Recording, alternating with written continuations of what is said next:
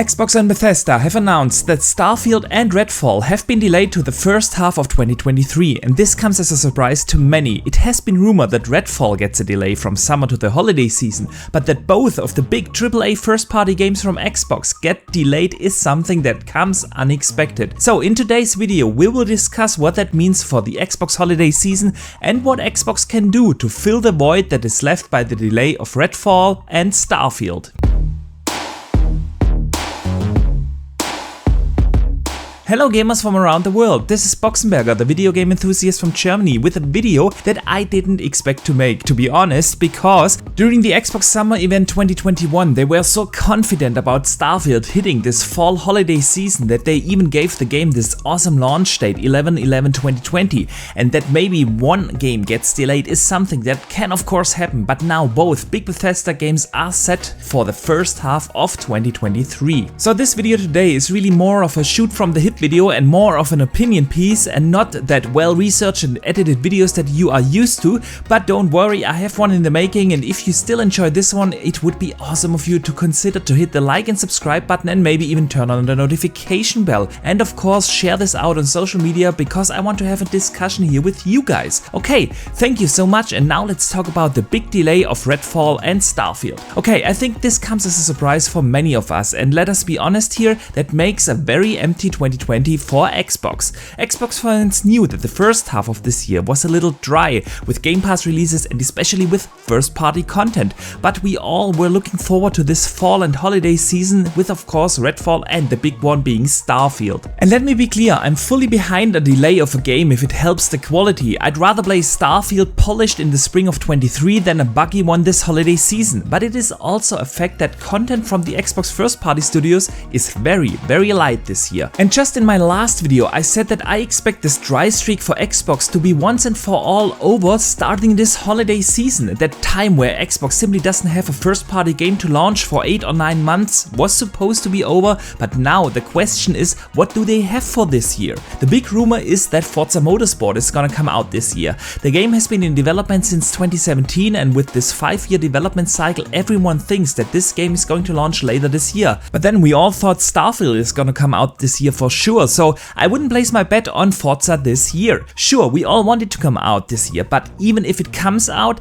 the only thing that comes out of 23 Xbox first party studios and 30 plus games in the making would be one sim racer. Granted, probably a good one, but there's no denying that this is a letdown for Xbox fans. And the timing of this announcement doesn't come as a surprise. They don't want to announce stuff like this close to the Xbox and Bethesda showcase. They want the dust to settle down a little bit before they will announce and show probably a ton of fantastic games that are further out than we expect, cause probably everything from the first party studios is at least a 23 game and beyond. So what does Xbox have left for this year? One big one was supposed to be Stalker 2, which already got delayed from April to December, but we all know what is going on in the Ukraine and they have officially stopped working on that game, so this game is not coming out this year because they have simply more important things to worry about. Then of course Xbox has a couple of Game Pass Day 1 releases, like one of my most anticipated games, A Plague Tale Requiem. It's heavily rumored to come out around June, but again with the delays this could also very well be a fall or holiday season game. And it's not first party. There are other Game Pass Day 1 releases this year from smaller studios and indie games that will definitely keep gamers busy, like Warhammer Dark Tide, Scorn, or maybe even Deathloop if the rumors are true that it's only a 1-year exclusive, but that has yet to be confirmed. But there's no denying that the blockbusters, the big first party experiences are missing this year, and that brings up the question, what can Xbox do?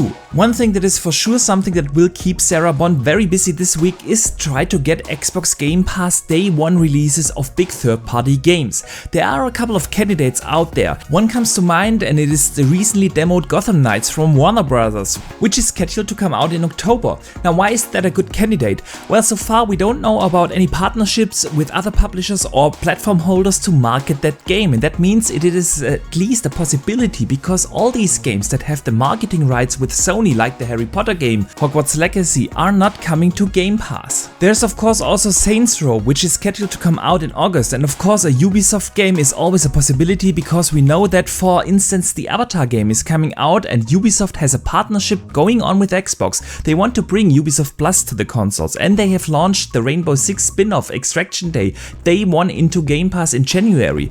So they are no stranger to launching day one Game Pass games, but we shall see. But even if we go through all the third-party AAA releases this year, we already realized that it is a light year in big AAA releases at the end of the year. We had an insane February and March and even the beginning of April with Dying Light 2, Elden Ring and many other games. But in the second half of this year, the aftermath of the pandemic is definitely noticeable in terms of the amount of games coming out. So what else could Xbox do to fill the void that is left by Starfield? Well, they have released two major games at the end of last year with Forza Horizon 5 and of course Halo Infinite, and both of those could get big expansions or DLCs. I bet that they are gonna focus on a Forza Horizon 5 DLC to fill the gap, but we all know that 343 hasn't been really up to date when it comes to delivering content, unless of course it was a little bit intentional to hold content back to actually fill that void in this fall season. Yes, Certain Affinity, we are looking at you and your game mode, and the hopes are high. Okay, but I don't want to drag this video out too long. There is no denying that this is a big gap for Xbox. Yes, I think most of us are pro delaying a game if it helps the overall quality of the game, and I'd rather play this polished Starfield next year than a buggy one this year. But since Microsoft is having 23 first-party studios and 30 plus games in the making, and they have 0 first-party games in 2022, this is a disappointment, and it is something that we should all think about. Having a lot of studios is a good thing, but you kinda have to be able to manage them and lay out the development timelines and pipelines properly.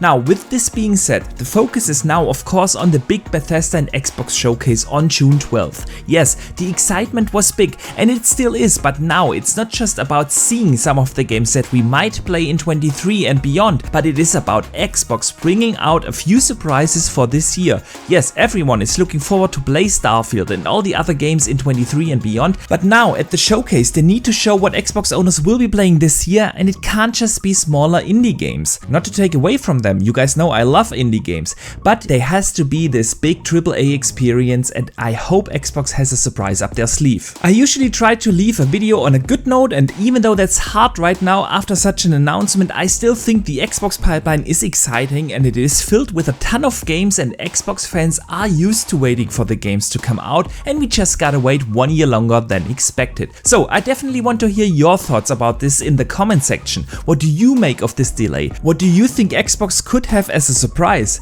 And if you enjoyed this video, please do not forget to hit the like and subscribe button as well as the notification bell. And let me thank everyone who supports this channel in any kind of way. You guys rock big time, and with such a great and fantastic community here, waiting for 2023 is gonna be short and awesome. So thank you very much for watching. I see you the next time, and game on.